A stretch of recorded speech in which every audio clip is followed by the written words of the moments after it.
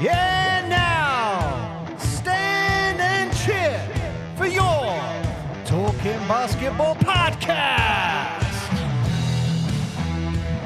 Welcome back to this episode. This is the second part of a doubleheader.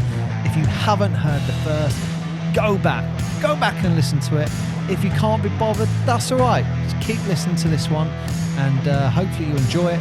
And don't forget, like and subscribe. I hate it when people say that. Looking at this whole East thing, Orlando in 5th. That's a surprise. Absolutely. With again, like we were saying before, such a young team, for them to be able to have kept it going throughout the season, I think That's their ceiling right now. Oh yeah, I wouldn't be surprised if they're out first round of the playoffs. I want to see second round from them. Actually, Yeah. I would like to see them go through second round. They've gone to the first a few times To get the hunger. To go Yeah, further. because I just think if they get in the first round, they'll be really happy. Mm. But I want them to get that playoff experience. I want them to go a 7-gamer on the first round. Yeah. Win that. And even if they get swept the next round, I don't care. But just for them to have that, you've just done 7 and you know what it feels like. And like you were saying with Anthony Edwards, that could be enough to light the fire under Banchero to get him to be saying, right, I need to step it up that little bit more. But you've done all those games in the season, and then on top of that, you go, oh, by the way, now we're doing 7 games. And then you get the next round, you might have another 7 games. Next round, you might have another 7, then you got the final.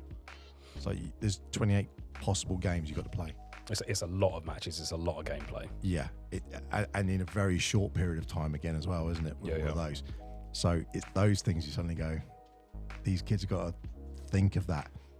New York being there, I have no question that I wouldn't even go as far as say I think they deserve to be there. I love seeing Magic there, by the way, but New York, I think, deserve to be there. They've had so many years where they've been underperformers, where they've had good players but they've not managed to get themselves up there. Was it 2 years ago they had a decent run in the playoffs and then struggled? I'd like to see them push and get. Well, I mean, I like New York anyway. I'd love to see them get to the finals. I can't see it going that far, but they've got the manpower. I think the OG Anunoby trade was a big thing for them. Yeah, that was huge. That was very, very big. Hart is one of those players who I think is massively underrated. So they had a thing about Hart because obviously he knows Brunson, doesn't he? Yes. And they were at college together or something like that, or high school. I think it was high school together, yeah. But they all play together so well. Yeah, they gel really nicely. They all gel so nicely. But they don't seem to have the big egos there. They seem to be for a New York team especially. For a New York team, they don't have the egos, but they're definitely putting the numbers out. With Randall, you've got to wonder with any of those players, can they sustain that? Because they've got to this point. Can they sustain all this now? It's the one thing that again, going back to what ifs, Obi Toppin, who left New York to the Pacers at the beginning of the season. Yeah. Had they managed to keep Obi Toppin, I think New York would be an even bigger contender. If they had another big player, I think they'd be making a push for, being up there with the Bucks and really pushing for that sort of second place. I don't think anyone's touching the Celtics this season, but I think they would have been making more of a push. I still think they need more inside presence at New York. I mean, look, you've mentioned Bucks. What are they doing wrong? God only knows. They've got all of the pieces. Why did they lose the other day? In a spectacular fashion, I think. Which game are you referring to? Excuse me. I am just trying to go back through my notes on which one it was on the schedule, but it was literally 2 days ago, I believe. Yeah, it was the Bucks versus the Kings, 94-129. Again, don't get me wrong, the Kings are playing well this season. It was the one with the dunk you sent me. Oh, that was that one, wasn't Jackson Jr. Yeah. the head above the rim. It was, if you haven't seen it, go check it out. It literally looks like one of those halftime jump crews where they jump on a trampoline and one of them dives through the. Yeah, I thought he was committed to that one, wasn't he? He's diving, like looking down through the hoop as he dunked it. But I always laugh at those things because that almost was like the atypical Wemby one, because the highlights for that game all centered around things like that, rather than the actual. And there was one that I saw with Sabonis where he got this really nice layup dunk. That was it. Most of the things were about the Bucks, and even I saw one highlight with Thanasis scoring 2 points. Doesn't happen often. As a highlight, Yeah. I mean, fair enough. But they lost by like 35. Yeah, which I mean, the Bucks. It's like, as why a are you team not showing the people who are winning? Yeah, they shouldn't be losing games full stop, let alone by that sort of. That's a walkover in the NBA. That is an absolute walk, and especially when you go they're supposed to be second in the East, and then when you're looking down here, you go, hang on a minute, Sacramento was 7th. Yeah, it's nuts. It really shows that difference. So I don't know if, I just don't know what that was. I don't know what that game was all about. I only saw some highlights of it, but thought, I mean, there's some players who didn't, like Pat Beverly had a slow game, I'd say. He didn't really score a lot, but he was there agitating, doing his thing. I was gonna say, but that's not what he's there for. He's is not, it? yeah. But a lot of those, I'd say most of the players, you looked at them and thought, you're not really doing anything. No. You're not really, something's not gelling here. It was really, really odd. And they keep throwing around this whole why they get rid of the coach and stuff. And you think he's done 11 games with them or something. Again, there's the hiring and firing in the NBA. I don't think a lot of coaches are given enough time to truly get their methods of play working with a team. Well, Magic's just got their coach. He's just signed on for, I think, 3 more or 4 more seasons. Oh, he's on an extension. 3 or 4 years. Yeah, I saw that earlier today. So that's good. I mean, and he deserves it because he's come in, and at first everyone thought, well, what are you going to do? But the way I see it, he's got a team where he's like, I can't lose really here. Yeah, if it works. And then he got Paolo, which I think actually put more pressure on him because you go, now you've got to do something. You've got to do something because he's the best draft pick and he's shown that he's a really good player. Yeah, yeah. So that sort of hurt him. It hurt him in terms of he couldn't take his foot off, but then because of that, he's actually made some really good decisions. They've had the success, and and bringing people like Suggs in and stuff, and get more gameplay out of them. That turning point for the Orlando Magic. But one team I want to talk about. I mean, you've got Atlanta in 10th, Chicago in 9th, Miami in 8th, Philadelphia in 7th. If Embiid was back, what would that look like? Oh, if they were anything less than 3rd or 4th. I'd be with Embiid in the. If Embiid was back, I would argue they'd be 1st. Yeah. Yeah, I think they would. Because if he was back at this point, they wouldn't have lost some of the games they had. Yeah, yeah. But physically, some of the games that they played against, like the Bostons and Milwaukee's and Cleveland's, those games against the people where they should be beating them anyway, or would like to beat them, they just walk it. He's probably the most dominant physically player in the league. He has been for a while. He's just there's very rare anyone stops him. No, so he's got that old fashioned. He's not big, isn't he? Yeah, but he has also got the outside shot. So he has got an outside shot, but he's better just utilised as absolutely. a big. Yeah, and he likes to throw an elbow, and for some reason the refs don't call them as much. And he definitely does like a little swing of his elbow. Yeah. Quite. It's the old Shaq elbow. Yeah, he enjoys that. But I'm always surprised at Philly being in 7th. I mean, obviously they're Miami and Chicago with Atlanta all in the play-in. Atlanta aren't going to do anything. They're not. No, they're not poised at all this year. But in terms of points, there's quite a difference between Atlanta and Chicago, like 29 and 31 points respectively, whereas Miami and Philly are 35, 36. Then Indiana next with 37, which is the same as Orlando. And then New York are 38. So those sort of 4 teams or 5 teams are really the ones that are more about, I want to say, who's going to be in than who's going to have to do the play-in. You've almost got like 3 blocks of teams below the Celtics. Exactly. Whereas I don't see maybe Brooklyn performing better to do better against Atlanta. I don't really see that. The same with Toronto. I think most of those teams are written off. Yeah, and Washington they've called this season. Washington is obviously officially out. They can't do any more. Same with Detroit, isn't it?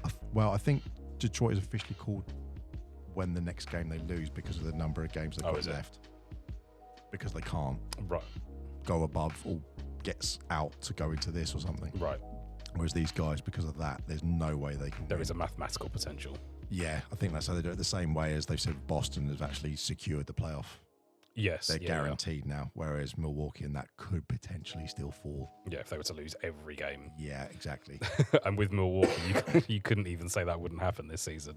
So, some of the games they've lost. Well, I just, I loved the Kyle Kuzma had put a tweet or a meme or something out saying, don't be that team. And it's like, well, the Wizards were actually the ones who were claimed out first. Yeah. You were that team. Yeah, you're calling everybody else out. Everyone else is moaning at or calling out Detroit as being this, and this. And you go, actually, the Wizards were doing it just silently in the background. Yeah. It's getting the odd win here and there rather than a long just bunch of losers. I mean, when's Washington ever been good? Worst decision of Jordan's life. But yeah, we talked off air about it. But it's, we know, you can see why he did it because he needed to get his stakeholdership and stuff. But no one wants to play at Washington. No, never. I know it's their capital city, so represent that or whatever, but no one wants to play for them. Whereas you think everyone would want to play for Detroit. They've got a very storied history. They've got a cool logo. But actually, any of the teams you'd think they'd be clamouring for players, but I don't know what it is. It's like the talent pool suddenly dried up in the NBA. Yeah, it's the most talented it's ever been. At the same time, it's Well, I think the argument there is it's the most offensively talented so far. Yeah. If you put some of these people up against, you don't want to go back to the obvious one. Let's say Ben Wallace, for example. Well, the comparison is not there because these guys are just jack a three up and Wallace isn't going out on the three to guard him. He's, or Charles Oakley or someone like that. They're there they're taking a body when someone's coming into their zone. They're taking a body. But it's a different type of defender. It's a type of defender like an Aaron Gordon. Who's able to chase everyone who from is 1 just to 5. going to just stick on them. Yep. And they just will not. And, people don't like him, but Dylan Brooks is quite good at it. He agitates people. He gets under their skin. He will just stick on them. I think, I want to say Reggie Miller or those sort of people, Steph Marbury. It's all those sort of guys who they'd hang around and it's like a bad smell. They just wouldn't get away from them. And they're often the ones who get really good steals or they're just force turnovers in other ways. Absolutely. It's just forcing that play. It's one of the things that's really confused me since Pat Beverly moved to Milwaukee, in that, yes, he was brought in because they were struggling defensively. However, they're now just struggling full stop. Yes, they've improved defensively, but they're not capitalizing on that. There's been a lot, I think it was Westbrook that said he's one of those dogs that barks a lot but doesn't actually do a lot. So he's not necessarily someone who's getting the steals, but he is, like you say, just hanging around, getting in the way, agitating, even making fouls just to frustrate people. Oh yeah, 100%. But 100%. It then causes players to think twice about what they're doing, make turnovers that they wouldn't necessarily wouldn't make if they weren't, they're forced turnovers rather than just sloppy play. But yeah, I definitely think in a few years' time there will be another switch back to more of a defensive league. So Adam Silver has actually come out and he's come out, but they've publicly said a few times and they've snippeted it and everything. So finding the original bits that he's been talking about, where they publicly aired their decision-making process, I guess, towards what they're going to do with the game. Mm-hmm. And they've hinted quite heavily that they're looking at, do we need to rethink this game and try and make it more defensive orientated, or not defensive orientated, but even the problem is you see all these snippets out and you go, oh, that's really cool, and someone's done a really good headline and you're like, oh, I'll be baited. But along the lines of it was that they were recognizing that the way that the rules are, I've got to get this wording right. It was the way in which a referee could interpret the rules was very offensively sided. Yeah. So it wasn't that the rule itself benefited, but in a game scenario, the way you can interpret it as a ref, it was, you're looking at it from an offensive player. Mm-hmm. So I want to bring that up based on a Boston Celtics dunk from their main man, because he came in and it was just this last game. What did he do? It was like a shimmy, sidestepped, drew his man, pushed off, and extended the arm, then went up and then it was an all right dunk. It wasn't amazing. The ref was about 4 or 5 foot behind him. Nothing. And there was no offensive call. So that was that was an obvious charge. Yeah. And it doesn't even matter if that player was moving. His feet weren't set or whatever. That doesn't matter, because he leant out to him. So he instigated the contact, which I believe, and Paul will correct me from this, but I believe, if someone's looking for the foul or instigating the contact, it's like, who hit you first? Well, yeah. And then, because you can't do the 2 wrongs make a right, but he was looking for that. I'm pretty sure just the extension of the arm on its own is enough to make it an offensive foul. It was so obvious. Yeah. It was like right there in front of you. You think, well, why is that? And then I imagine it's because of these things where you go, well, this, when you learn your times tables, and in maths you have to do the division before the multiplication. Yeah.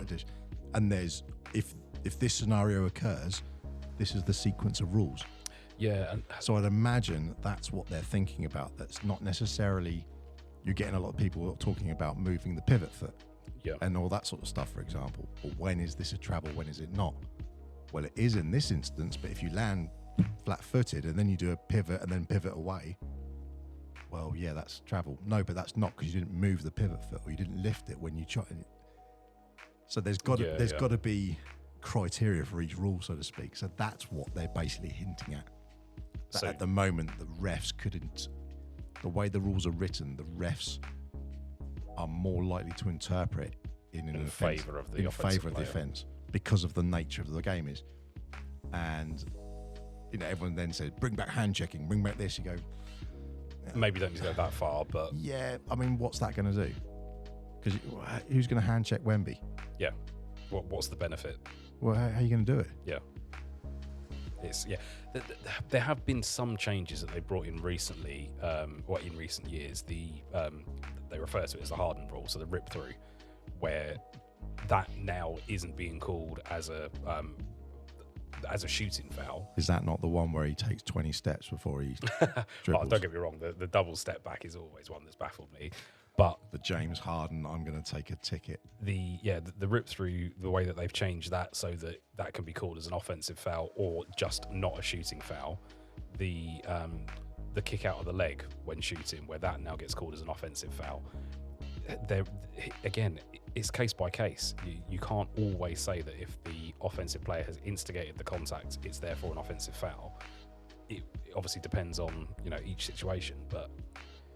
I think something has to be brought back in to sort of encourage defensive play, to make it something that people want to do. Because looking at highlights, in fact, looking at kids playing basketball now, nobody works on the defensive. Don't get me wrong, they will defend, but they're not putting the effort in practicing defensive moves that they do when it comes to offensive moves. No, they don't see the value in it. It's like, it's like the All-Star game.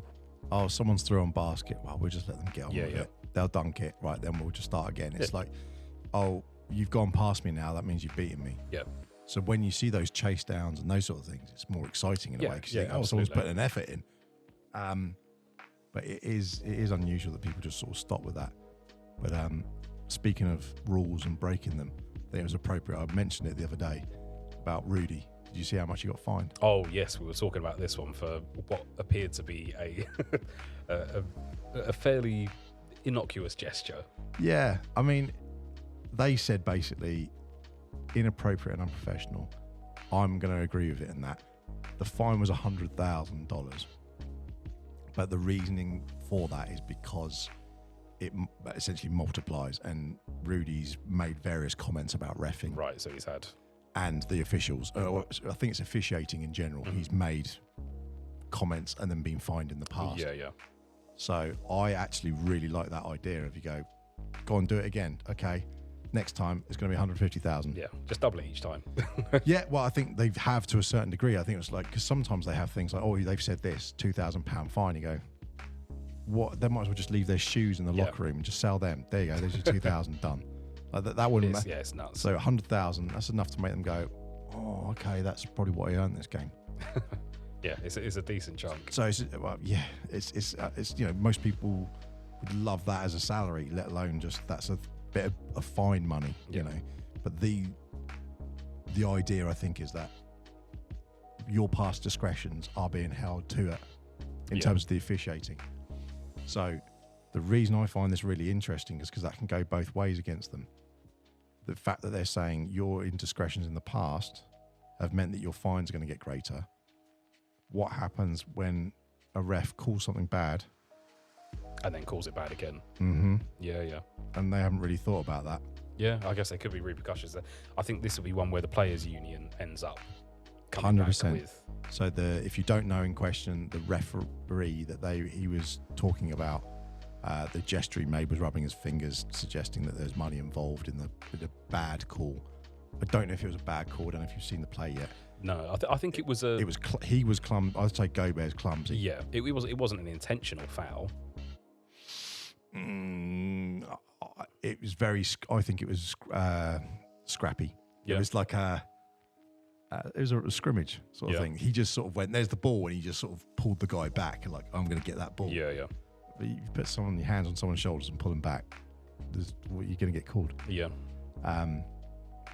But yeah, I don't know. I think they've looked at it purely like, this is the way that we can punish people. And you go, that's good. But have they now made a rod for their own How back? do you punish your refs? Yeah.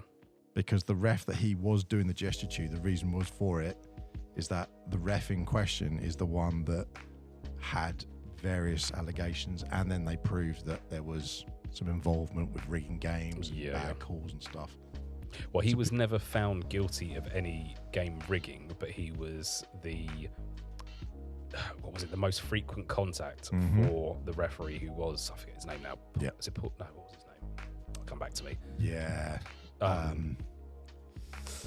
What was it? I forgot his name now.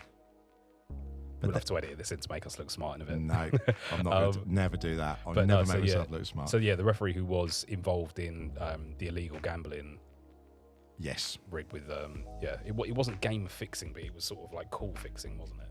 Yeah, so that they knew they were going to be doing various. Are you thinking of that guy? Yes, that's the one. guy. Yeah. Tim Doherty. Yeah.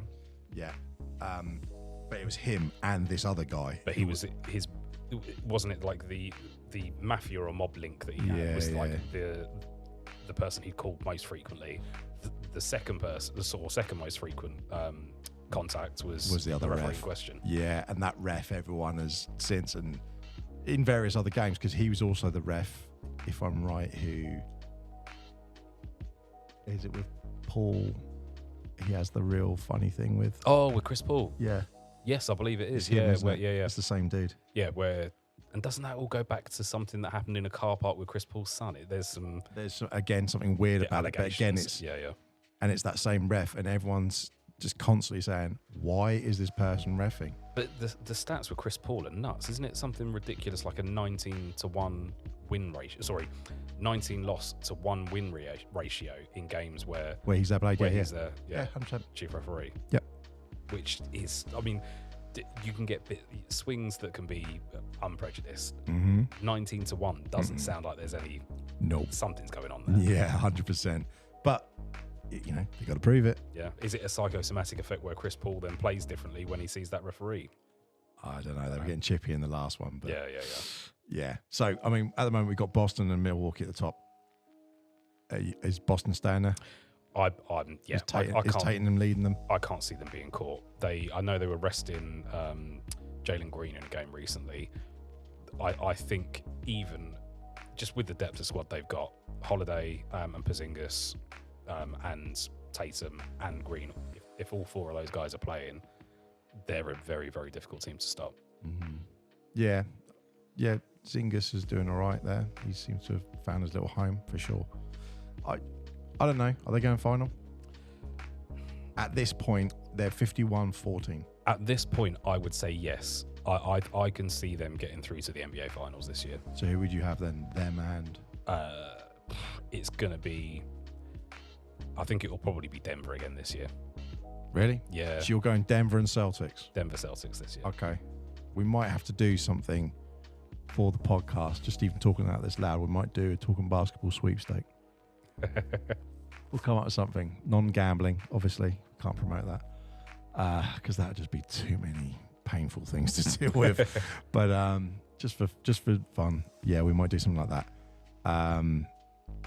So, yeah, you don't have to give away all your ideas, but you think Denver are going to take it? I think both of them are strong, consistent teams. Even though Denver have had ups and downs this season, as far as like the league games go, I can just see them turning on the afterburners when it comes to the off season.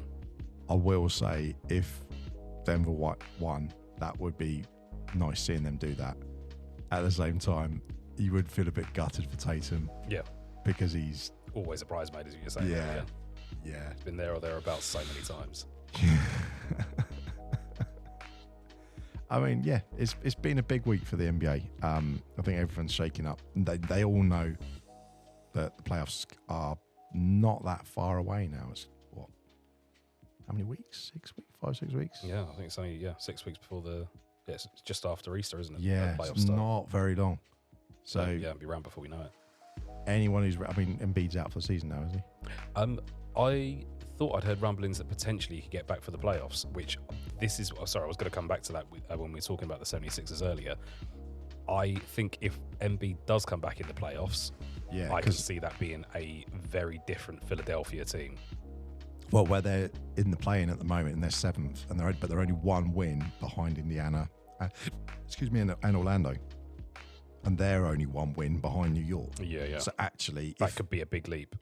He could do a massive leap, because then if you're suddenly doing that, if you're taking the place of Indiana, you're playing Boston first round. Yeah, you don't want that. You don't want that. Do you want to play Milwaukee? Not really. But would you want to play Cleveland? Yes, you would. Absolutely. If they played Cleveland, they'd stuff them. Yeah. And yeah, if you've got Embiid back in the squad, I can't see Cleveland touching them there. Yeah. So, that's where they'd want to hit. And obviously, if they were doing that, they'd jump one down and maybe nick one up.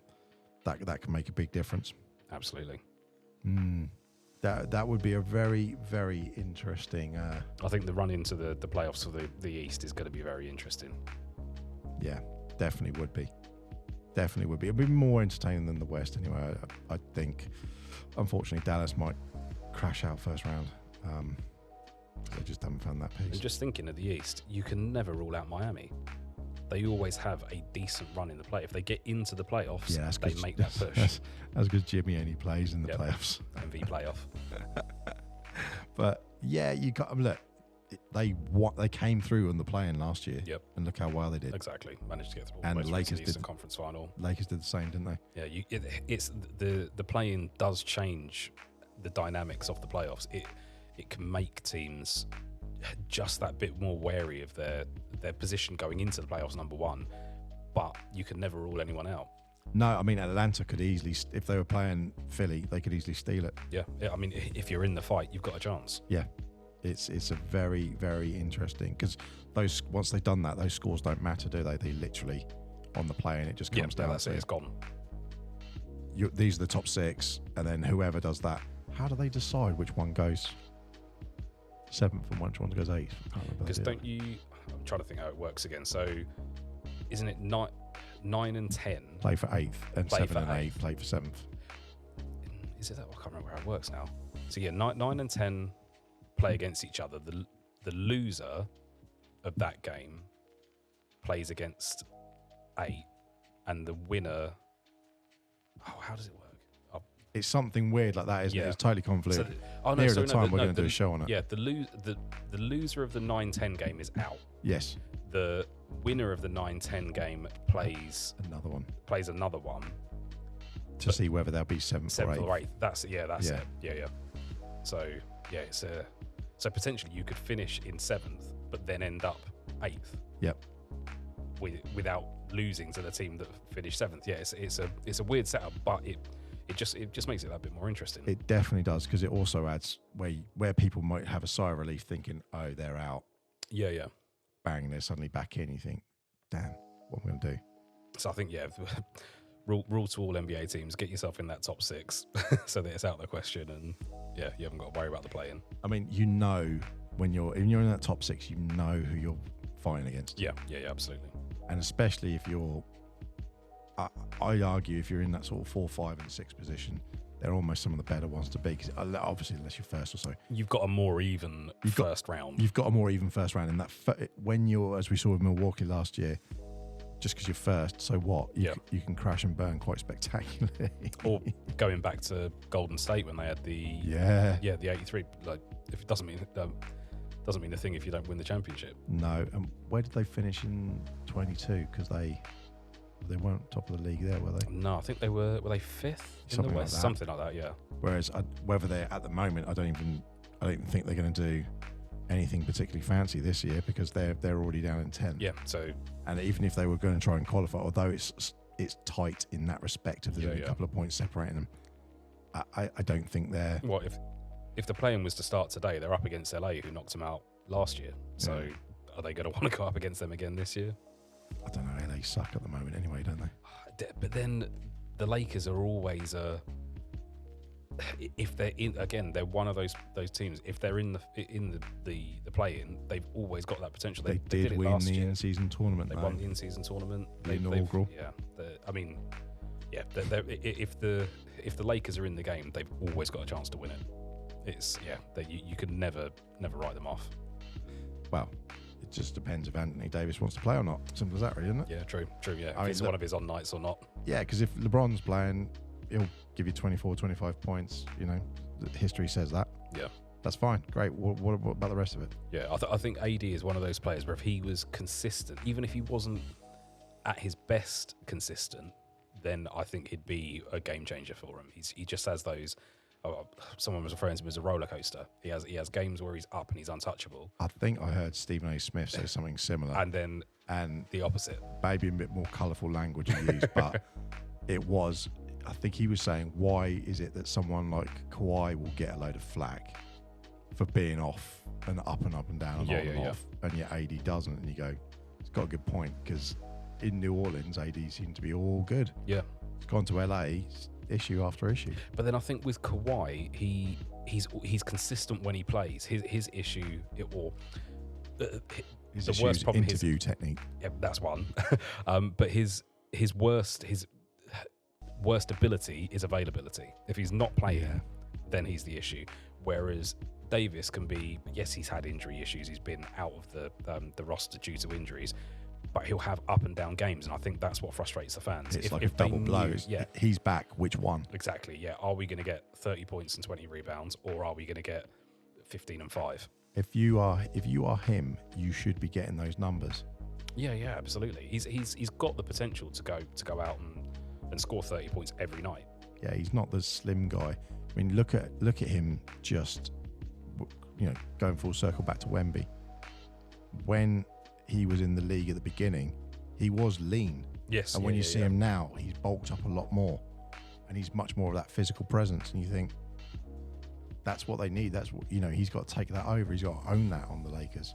He's got one of the most amazing growth spurt stories as well. When he was a high school player, he was a 6'2" point guard, and really, So between his and it explains why he plays basketball the way that he does, because he was one of the first. He likes holding the ball. Yeah, one of the first big men to be more than confident bringing the ball up court and using dribble moves to get round a player rather than using strength and post-up moves. Yeah. But yeah, he went from being, I'm pretty sure it was 6'2" in high school in his junior year to what was it, 6'8" by his senior year.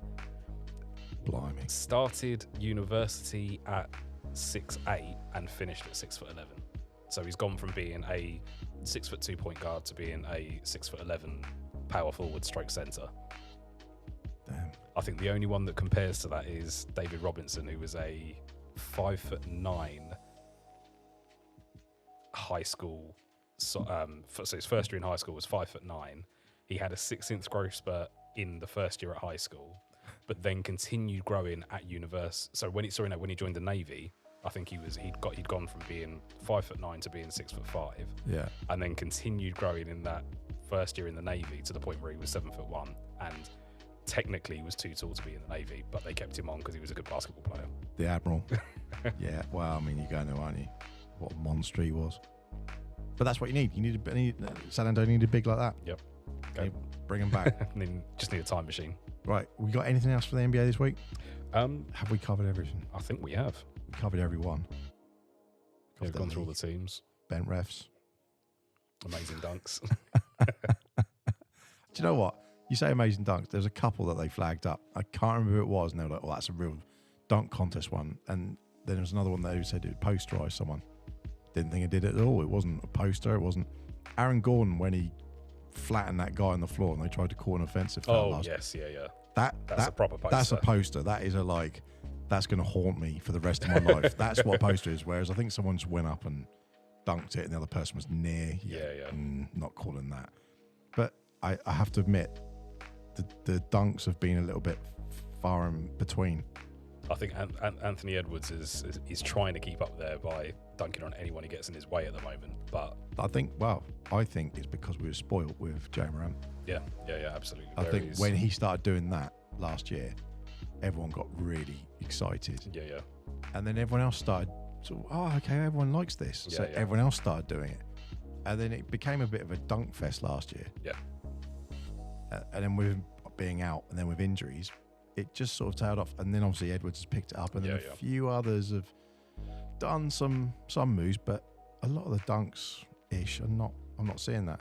I wonder again whether, because I'm trying to think what it was just after the in-season tournament, there were a bunch of players that went out with injuries. Yeah. I wonder whether now the guys are thinking leading into the playoffs, this is the time you don't want to be picking up an injury. So they're then sort of holding back just that little bit to maintain themselves and make sure they can get through to the playoffs healthy. Yeah, it's a good point. I'd be. Possibly. Yeah, I wouldn't be doing that. I mean, I'm saying this like, oh yeah, when I do that reverse. Reminiscing. Yeah, that reverse double pump. And I normally just after third quarter, I'm like, fellas, I can't do those anymore. Just want to rest my legs. Just so that I can walk for the next month. Yeah, if I did that, it would be like, go drug test him immediately. Because that man should not be doing that. But no, I think there's been a little shift this year in the way the game's played. I'm not sure what it is, and that's why a lot of people are calling on the refs. That's why some of the refs are getting some heat. There's some really sloppy playing. I don't know. Something's different in the NBA this season, and I haven't put my finger on it this year. I don't know what it is. There was that spell of really weird technical fouls being called really as well. Weird ones, and that's what I mean. Because of that, I don't know if that's why people aren't defending as well, because they don't want to do anything or say anything. So they're just going, "Oh, you've got past me." And then the All-Star game was the most bizarre one I've ever seen. And the players couldn't be less interested if they tried. No, absolutely not. It 184, 182 or something. Absolutely nuts. The question I've got is, how do you get the All-Star game back to the competitive game that it was in the early 2000s? It's almost gone beyond the point of repair, as it were. Well, because it was in Indiana, they had Larry Bird do it, didn't they? Make one of the press conferences or one of the statements, and he said, just go out there and play competitive. I think Paul mentioned it when we were talking about it at the time. It's like they just didn't get that memo. No, they just didn't get that. And some of it people will look at and say is that the players who have good camaraderie go, yeah, that's fine. I get that to a point. But there's other players who would still have good camaraderie, but you step on the court and you're on the court. That's it. I mean, go back to, what was it, Jordan's last All-Star game, where he was up against Kobe. Yeah. They were still playing defense. They were still trying to stop each other scoring. Same thing with Kobe and LeBron. Yeah. Was it Kobe and Wade, when Wade broke Kobe's nose in an All-Star game? Yep. The first and only, as far as I'm aware, flagrant foul ever called in an All-Star game. Yep. Because they were really going for the ball. They really wanted to win. Yeah, because they were saying, we are the best. Yeah. And then when they all get in the room and they go, hang on, who is the best? And they're like, all right, let's find out. Let's prove it, yeah. Yeah, let's find out. And so we then got to witness that game. Now it's like a show pony thing. So I spoke to offline, and I won't say who it was, but I spoke to someone who'd been to one of the shows, and they went to the NBA Paris show. Oh, okay. And one of the things that they said was that she said that they went to the show and they were, involved in some of that stuff, and it was like not a business event, no atmosphere. Oh, really? I was like, Paris, like they're basketball fans, like yeah, absolutely. They're big with no. Because wasn't that part of the reason that it went to Paris from the O2? That because in the UK we're not as big on basketball as they are in other parts of the world. Part of it, because we were leaving Europe, and the accessibility, simple as that. Which is ironic because they now have an NBA store. But I think that's for all tax reasons. But the actual, they said it was like a meet and greet, right? And it was like a corporate day, and there was a lot of people there. I called it out on a few things on media, like, why is someone showing David Beckham? Get him off. Yeah, I've no interest in seeing his face. Like, who's that? Oh, that's Kylian Mbappe. It's like, okay, you're going to show some famous people. Great, I get it. Famous people that live in Paris. Yes, I get that. It's like, who's that? Oh, that's Tony Parker. Great. And who's that? Oh, do you not know the famous NBA lady? No, she was a commentator. Who's that? It's a WNBA player. Yeah, don't know them. No. Know who the French basketball? No. Oh, no, but I know that's David Beckham. It's like, oh, come on, seriously? There's like 4 basketball-related people. You're picking on the button. Yeah. So, and I'm not being on Becks, obviously, but it was like they just kept focusing on all these randos, and you think, not focusing on the game of basketball, which is what they're there for. Basketball. Yeah, bring it back to basketball. Come on.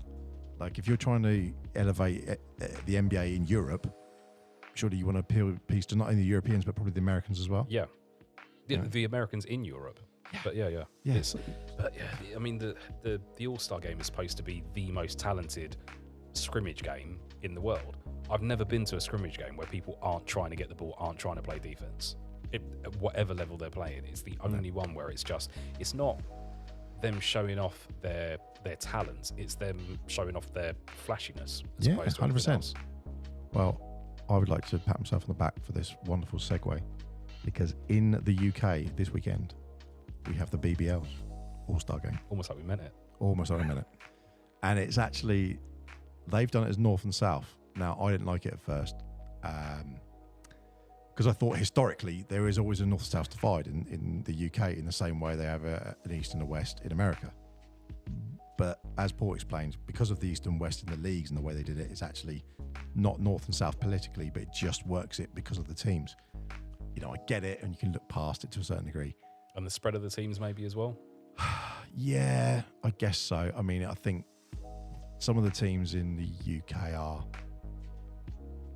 I think, unbalanced. If you take the Lions out of it, it's all North pretty much. Yeah, pretty much. Well, even the balance of the teams, there are definitely more teams north of Birmingham, or Birmingham and above, than there are south of Birmingham. Yeah, if you're putting Birmingham as the centre of the UK-ish, centre of England, centre of the UK, I guess so. It's maybe more Manchester, isn't it? Yeah, I guess so. Yeah, if you're taking into account Scotland, then it's going to be shifted to that. Because you're going to got Caledonia.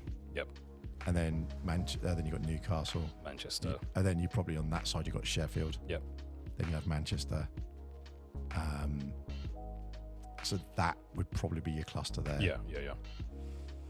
I mean, just those teams on their own, done. So you got Cheshire, Sheffield Sharks. I think just having Newcastle and Caledonia, just have those. Who else you got in there? Who's number 5? Don't know who they put in. Leicester Riders, maybe. Yeah, I guess Leicester's it's slightly north of Birmingham, isn't it? Well, in the south you got London, Surrey, Plymouth. That's the actual southern. Surrey and Plymouth. No one's going there for them. London, you'll have a few players. Yeah. And then you've basically got Bristol, of course. Yeah. Yeah. So you'll have Bristol. They'll have a few players from there coming. And then you start going up the country thinking, who you pick it up, who's next? But then I think they have done it with, so it was a viewers vote initially, wasn't it, for the starting 5, and then the coaches and league selected the rest of the players to make sure there's representation from every team across the league, which I think is the fairest way to do it for exposure. Yes, for exposure, yeah. Everyone has to have a little bit of skin in the game. Yeah. I mean, in the NBA, they don't. No. There's teams that never get exposure when it comes to the All-Star game. No, absolutely.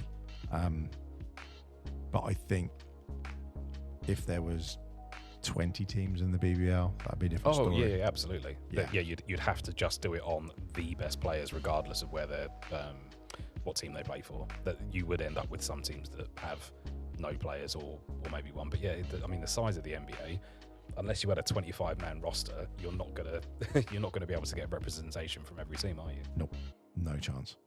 So it will be an interesting one, and that is going to be on the 16th, I believe. Yes, yeah. So there is a dunk competition. Yep, looking forward to seeing that. I want to see it because some of the in-game dunks in the BBL this year have been, I think, better than some of the ones in the NBA because they've just been really in-game dunks. Yes, yeah. And Pipkins had some crazy dunks. And a proper, that's like a dunk contest dunk, but you are playing a game. Yeah. And so everyone even playing, you see the players like, okay. Your players on the opposition team. Yeah, it's like you're pulling something out of nowhere. Yeah.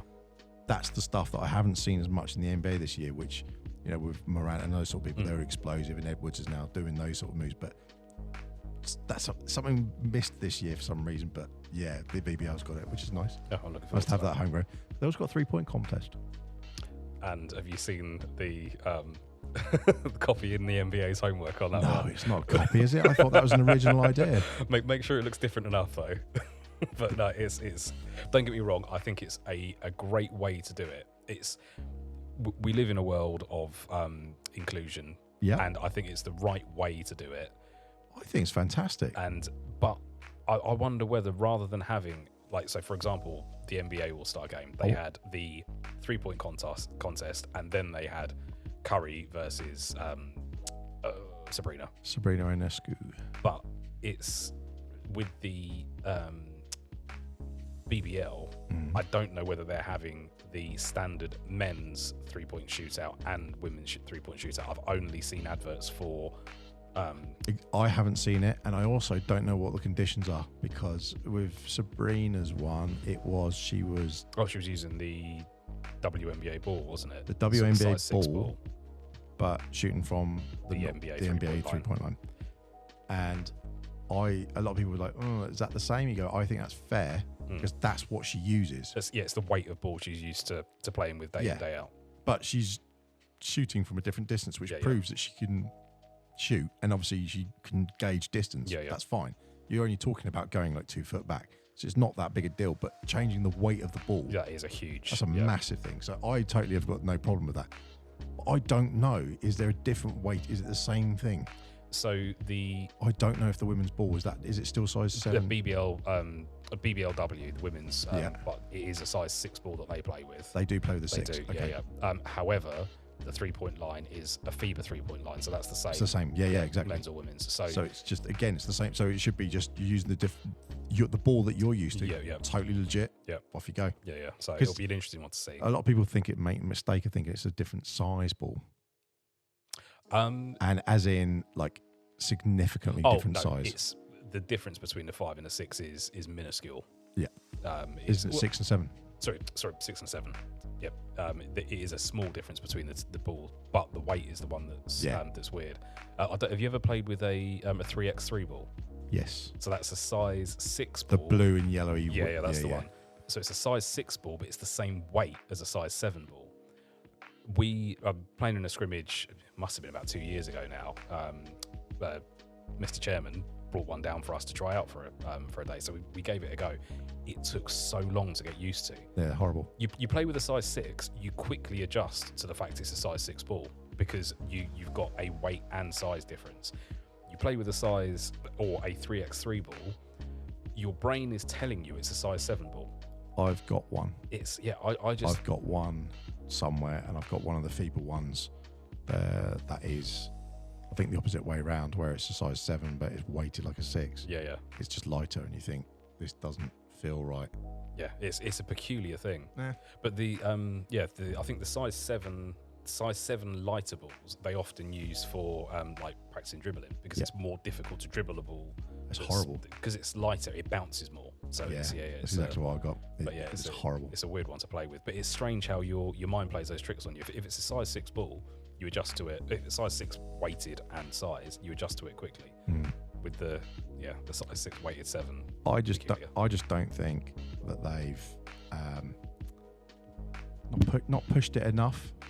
But I think it's great that they've done it because they brought it back. I was speaking with someone recently, and he said, I'm happy that they brought it back because they didn't have it for many years. It's a long time since they've had the All-Star game. So it's a nice thing they thought, let's do an All-Star game. And going to give a shout out to Alan Cunningham as well, because obviously he's made the Hall of Fame. Yes, yeah. They're doing the whole Hall of Fame thing, and they're going to try and establish that and put the heritage of the BBL. Yeah, absolutely. And formalise the heritage. I think it's probably fair to say.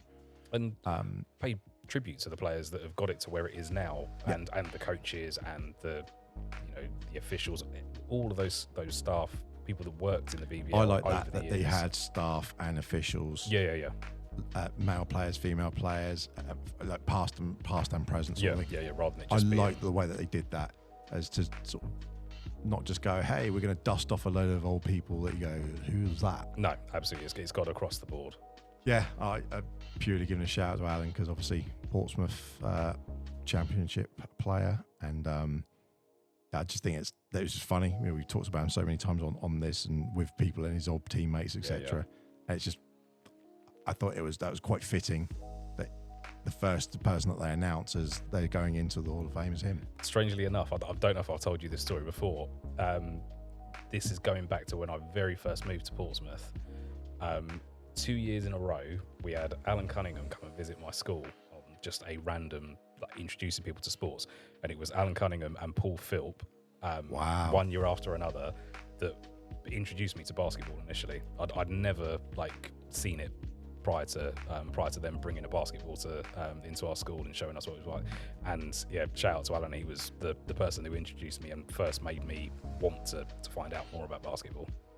Yeah, I mean, clearly he's inspired a lot of people, and I think that was a really, really nice gesture for them to do that and actually put that as we do have a heritage in basketball. Yeah, absolutely. It's not just the BBL as it is today. The only thing that got me with that is that he's wearing a Brighton Bears top in the picture that was on the BBL page. I wanted it to be a Portsmouth top. There was a part of me that thought, could I have put another one over the top? Photoshop it. I'm going to use the BBL's image. That's the one they're going to use. That's cool. But I just think that's magic that they've got. That's what they're recognising. Yeah, absolutely. And what I think's interesting, and I want to ask this because I don't know why, but I want to ask someone why 87 is that's the formal time. Oh, is that the cut-off for? But yeah, 87. Oh, okay. So anything before that in British basketball was not the British Basketball League. Was it under different ownership? Don't know. I mean, it's changed hands ownership-wise, hasn't it? Yeah. But what is formally recognised as the BBL starts in 87. 87. You look at all the records and the wikis and all that sort of stuff, 87. Even though they talk about championship games in 84s and 85s and various places. And it's not referred to as a different league or anything? I don't know. Because it's been called the Budweiser League. It's had other names because it's had different... Nationwide. Yeah. But all of that was after 87. Never before that. Oh yeah. So that's like the inception point. Even though some of these teams were, Solent Stars go back into the early 80s and everything. No, it's all... That 87 was that's the inaugural. Yeah. So then the inaugural one, that's one in Portsmouth, win it. Yeah. But that's when it was so I don't know if that was when it was officially the league was made as an entity. Yeah. Or recognised legally or whatever it may be. I don't know. Strange. But yeah, in that sense, it would make sense why you'd have someone like Alan going in there. Yeah. As the first lot of inductees. Yeah, because I was just curious, is there not anyone older, or is there not anyone else? Yeah, there's got to be other people in British basketball history. I mean, being from Portsmouth, we're going to know the guys that have been absolutely local. But if you think late 70s, early 80s, that's really when it started taking off here in the UK, or when it was growing, and then obviously these teams are coming around from them. Yeah. So the 87 sort of timeline, you go, yeah, that sort of makes sense. But I just always thought it would be earlier. Yeah, you'd think so. Strange. Strange things for another day. Right. I'm calling time on this one. I was hoping to go to bed, but there we go. Anyway, thank you very much for listening. If you've got this far, bless your heart. This has been a nice long one with Elliot, and I thank you so much, mate, for helping us and stepping in. We love having you on the show. That's been a pleasure. Honestly, it's been so helpful, and it's lovely having you here. And obviously, you're welcome back anytime, it goes without saying. And we will be having more of Elliot, whether he likes it or not. Go back and listen to our other shows, because we've got loads, and people sometimes forget that we do other stuff, and we have other interviews with people, so go left and listen. Anyway, I've been Mark. I've been Elliot.